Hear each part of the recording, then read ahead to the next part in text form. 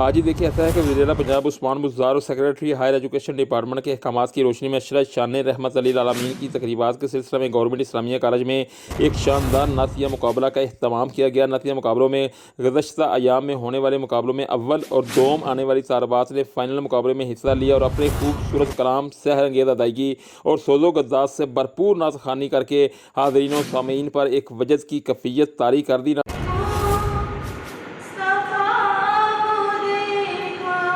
نعت خوانی کے مقابلہ میں اردو ڈپارٹمنٹ کی مریم نصیر نے پہلی، انگریزی ڈپارٹمنٹ کی حفیظہ نے دوسری، جبکہ اسلامیات ڈپارٹمنٹ کی طالبہ مومنہ خان نے تیسری پوزیشن اپنے نام کی۔ نعتیہ مقابلے میں پوزیشنز حاصل کرنے والی پوزیشن ہولڈرز کو principal college professor Parvez Akhtar, صدر شعبہ اردو پروفیسر ڈاکٹر فیض اکبر خان نے گولڈ میڈل سے نوازا، جبکہ مقابلے میں حصہ لینے والی دیگر طالبات کی حوصلہ افزائی کے لیے ان کو بھی انعامات دیے گئے۔ نعتیہ مقابلے کے مہمان خصوصی principal college professor Parvez Akhtar نے عشق رسول کی اہمیت پر روشنی ڈالی اور طالبات کو رسول اکرم صلی اللہ علیہ وسلم کی حیات طیبہ کا مطالعہ کرنے اور اس سے رہنمائی حاصل کرنے کی تلقین کی۔ اس موقع پر صدر شعبہ اردو پروفیسر اکبر فیض خان کا کہنا تھا کہ نعت پڑھنا، لکھنا اور سننا بہت بڑی سعادت ہے، قرب الہی کا ذریعہ ہے۔ اسوہ رسول کی پیروی ہمارے لیے نجات کا باعث بن سکتی ہے۔ تقریب میں وائس پرنسپل پروفیسر محمد افضل زاہد، اسٹاف سیکریٹری پروفیسر محمد اشرف رانا، صدر شعبہ سیاسیات پروفیسر حاجی محمد یونس، پروفیسر ڈاکٹر شام بخاری،